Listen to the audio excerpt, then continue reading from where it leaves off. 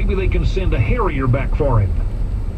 The Harrier's a fighter, sir, Ryan commented. Well, I have an experimental two-seat version set up for ASW patrolling. It's supposed to work reasonably well outside their helo perimeter. That's how they bagged one of our attack boats, caught her napping. Painter finished off the last of his coffee. Okay, gentlemen, let's get ourselves down to ASW control and try and figure a way to run this circus act. St. Land will want to hear what I have in mind.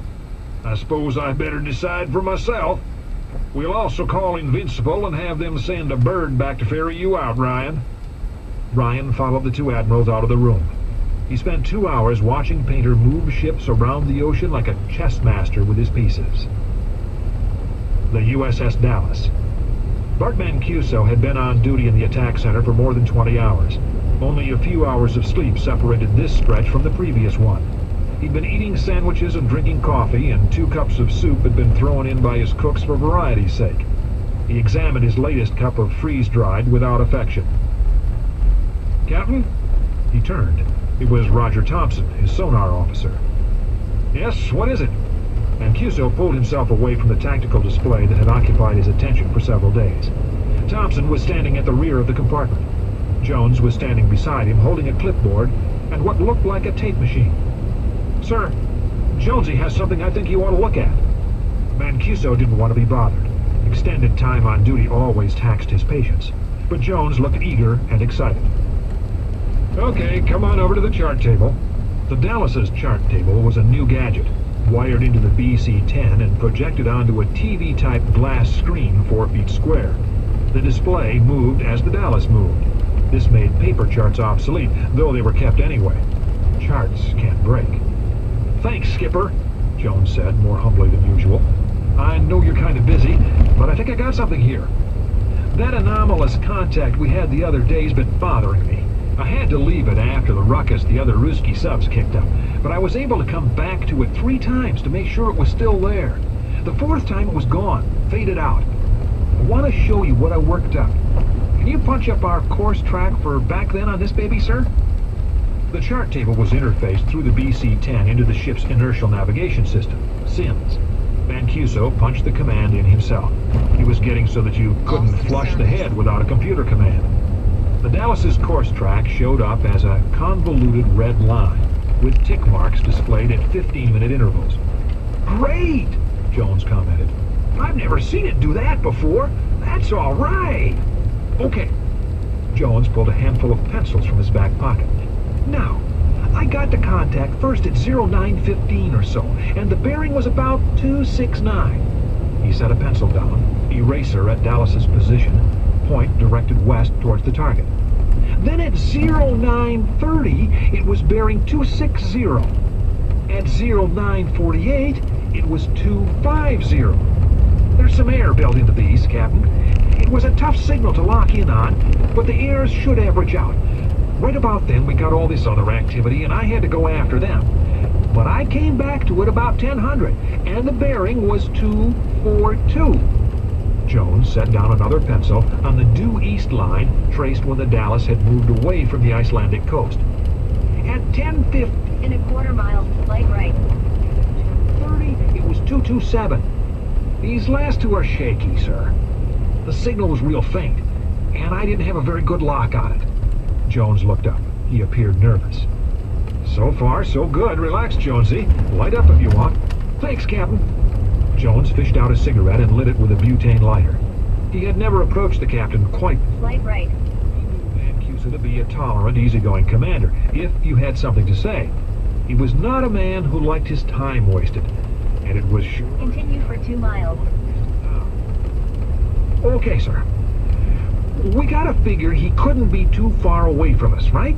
I mean, he had to be between us and Iceland. So, let's say he was about halfway between. That gives him a course about like this. Jones set down some more pencils. Hold it, Jonesy. Where does the course come from? Oh, yeah.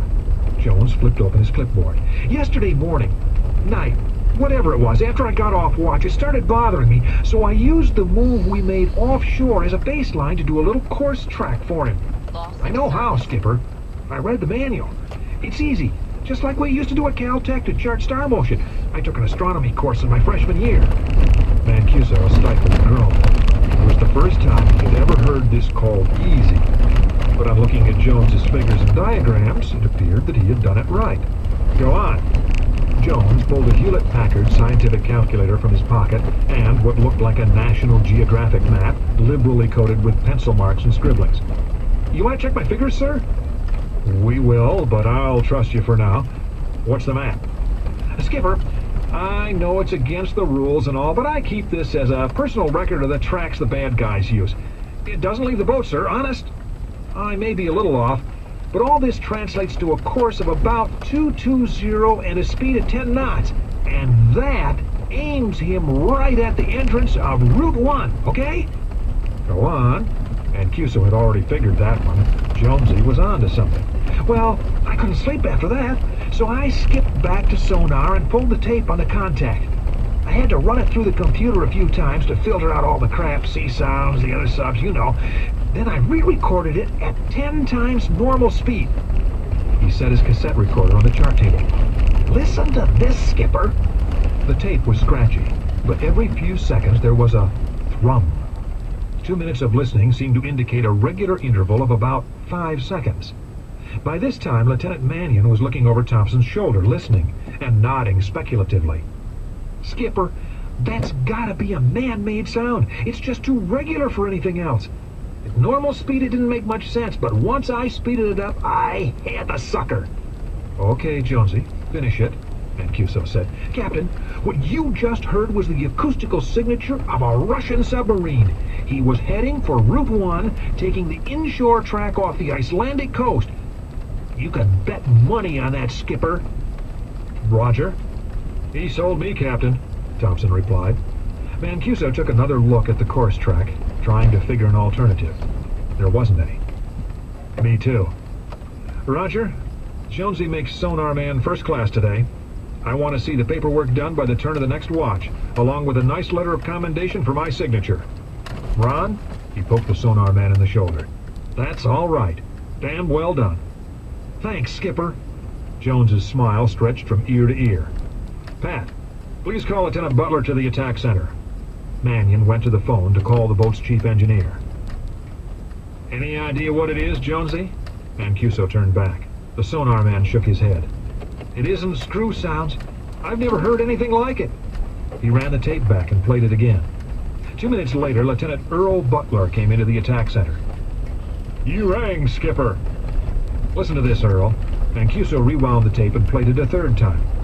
Butler was a graduate of the University of Texas and every school the Navy had for submarines and their engine systems. What's that supposed to be? Jonesy says it's a Russian sub. I think he's right.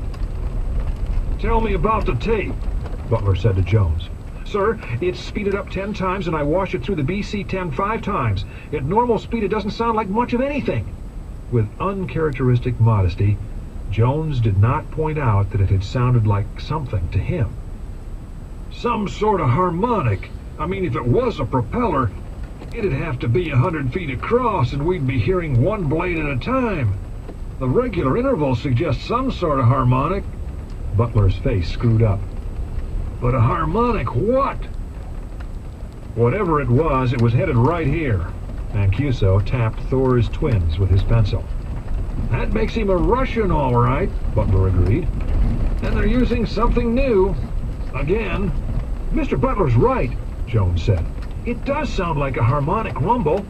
The other funny thing is, well, there was this background noise, kind of like water going through a pipe. I don't know, it didn't pick up on this. I guess the computer filtered it off. It was real faint to start with.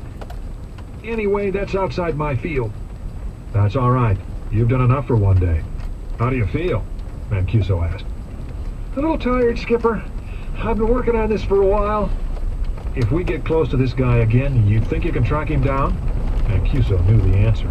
You bet, Captain. Now that we know what to listen for, you bet I'll bag the sucker. Mancuso looked at the chart table. Okay, if he was heading for the twins, and then ran the route at, say, 28 or 30 knots, and then settled down to his base course and speed of about 10 or so, That puts him about